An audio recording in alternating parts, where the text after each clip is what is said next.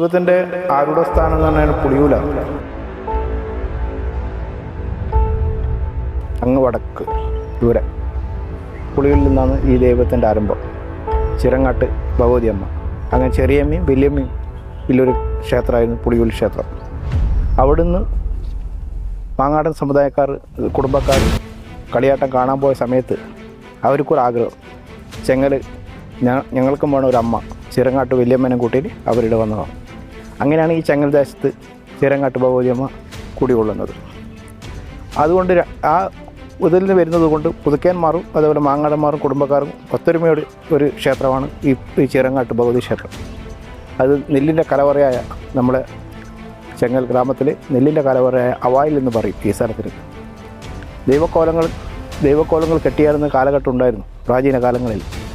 പല ആൾക്കാരും അങ്ങോട്ടും മുടിയെടുക്കലും ബദൽ ഇങ്ങോട്ട് മുടിയെടുക്കലും ആ കാലഘട്ടം ഉണ്ടായിരുന്നു. അതെല്ലാം മാറി ഇന്ന് നമ്മളെല്ലാവരും നല്ലൊരു രീതി വരുമ്പോൾ ഒരു കുടുംബക്കാർ മാത്രമല്ല എല്ലാ കുടുംബക്കാരും ഒത്തൊരുമയോടെ ഒരു ക്ഷേത്രത്തിൽ കളിയാട്ടത്തിന് സമാരംഭം കുറിച്ചിരിക്കുകയാണ്. ദൈവങ്ങളെക്കുറിച്ച് പറയുകയാണെങ്കിൽ മരുതിയുടെ ഗുരുക്കളാണ് നമ്മളെ ഗുരുസ്ഥായിക. അസ്ത്രവിദ്യയിലും അയോഗ്യ കലകളിലും വൻ മാറ്റങ്ങൾ വരുത്തിയ ഒരു ഗുരുക്കളായിരുന്നു മരുതിയോടും ഗുരുക്കൾ.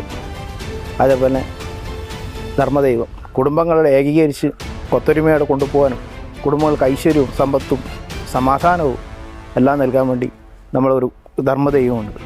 അതേപോലെ ബ്രാഹ്മണ കന്യകയായ ബ്രാഹ്മണമൂർത്തി ഞങ്ങളിവിടെയുണ്ട്. ഇതുവരെ കെട്ടിക്കോലുമില്ല, അതിനൊരു പ്രതിഷ്ഠാകർമ്മം പോലും ഇല്ലാത്തവരാണ്. അവിടെ ഒരു സ്ഥാനം കൊടുത്തിട്ടുണ്ട്. ആ സ്ഥാനത്ത് അവർക്കൊരു പാലും പിന്നെ നിവേദ്യങ്ങളും മാത്രമേ വെക്കാറുള്ളൂ. കെട്ടിക്കോലവും മറ്റു കാര്യങ്ങളൊന്നുമില്ല.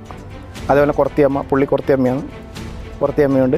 അതേപോലെ നമ്മളെ സംഹാരമൂർത്തനായ പൊട്ടൻ ദൈവം, അതേപോലെ നമ്മളെ ഈ കരിഞ്ചാമ്പണ്ടി അമ്മയുണ്ട്, അതുപോലെ വിഷ്ണുമൂർത്തിയുണ്ട്. അങ്ങനെ എല്ലാ ദൈവങ്ങളും കൂടെ പുറംകാലിനുമുണ്ട്.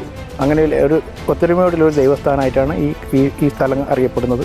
ആവായിൽ ചെങ്ങൽ ചിറങ്ങാട്ട് ഭഗവതി ക്ഷേത്രം.